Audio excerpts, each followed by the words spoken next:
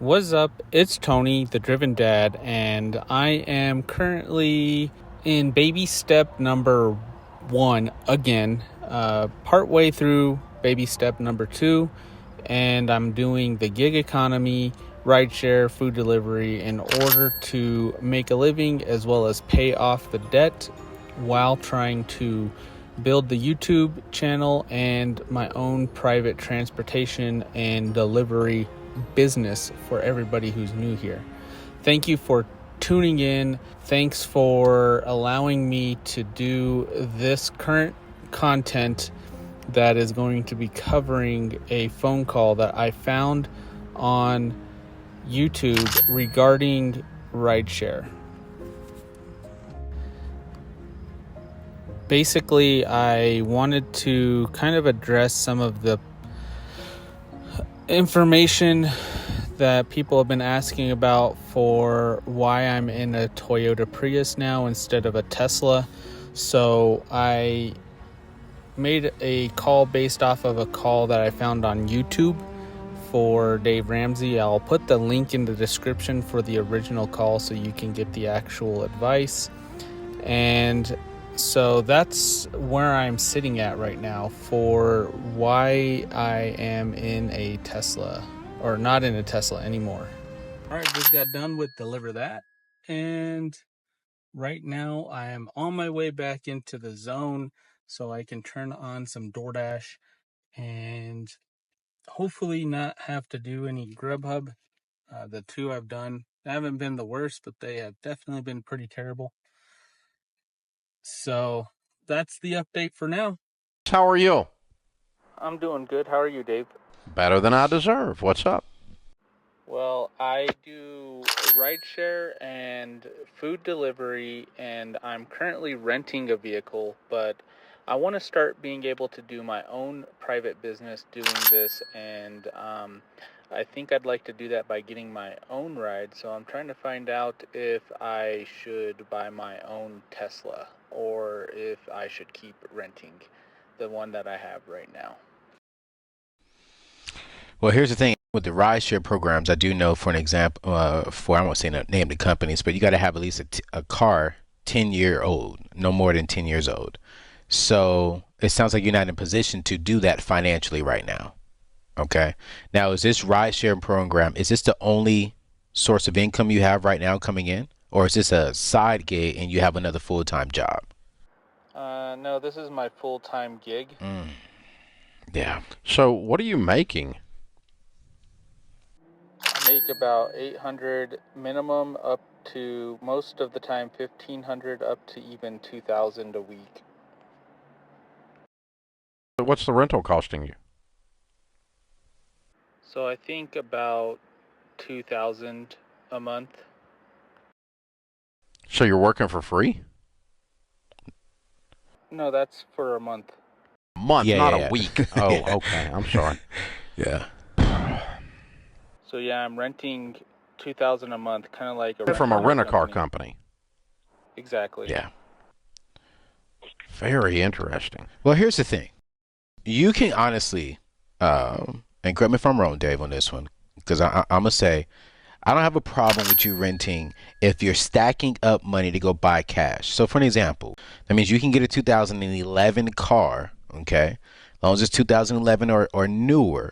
Here's the thing, I need to be a 2015 so I can do private trips. 2015 or higher. So yeah, so that's going to run you about in between $7,000 and $10,000. How old are you? 41. What was your last job? My last job was working at asset protection for Walmart. Was what? Oh, I'm sorry, asset protection for Walmart. Okay. What were you making there? Yeah, that was around $50,000 a year, but I was also supposed to get a bonus. Mm-hmm. Okay. What you're describing scares me because I'm afraid there's some costs involved here or some lack of insurance that's involved here that might be setting you up for all kinds of problems. I certainly wouldn't sign you up for a $700 car payment or a car payment at all in order to do rideshare. But if we're going to move away from this whole thing, then we have to have a replacement for it. You got to eat. Yes. And you've been using this to eat. I get that. I like your ingenuity. You came up with some cool ideas and you scratched around, figured out a way to make a dadgum living. Good for you. She has to get a car, Dave. Yeah, but a 2015 to drive for that company, maybe you drive for a different one. I would start saving aggressively and buy a car very, very quickly. Yeah. And I'd be working like 24/7. I'd be working all the time to get out of this because I'm afraid you're in a trap. But would I go buy a car on payments? I've never told anyone in 30 years of doing this show to go borrow money, and I'm not going to start today. So I wouldn't. But if I woke up in your shoes, I would work like a maniac and pile up enough cash in about a month to go do this. Yeah, that's what I'm going to do. Yeah. Let's solve this in 30 days or 45 days and go buy a car. And even if you bought a lesser car and you couldn't drive for that same company for a period of time, look at then you companies. move up. Just do the same thing again, then move up in car later. Yeah. But do it with cash and stay out of the payment business. So that's exactly what I did. I did buy a car cash, this Toyota Prius, considering that the program that I had for referral discounts was ended for the Tesla. It was just costing more money than what I could do for a cash car. So the new goal is to be able to make $300 a week, $300 per day in 5 days. And then over a 5-day period, Lisa is also going to be working towards a $500 goal.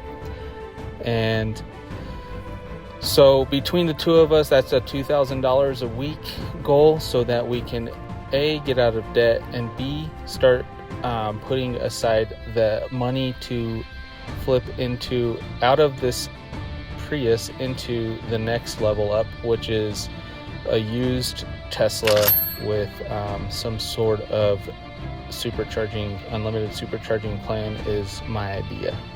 And to clarify, this was a fictitious call. I edited a video from Dave Ramsey and edited myself into it to mock up a call.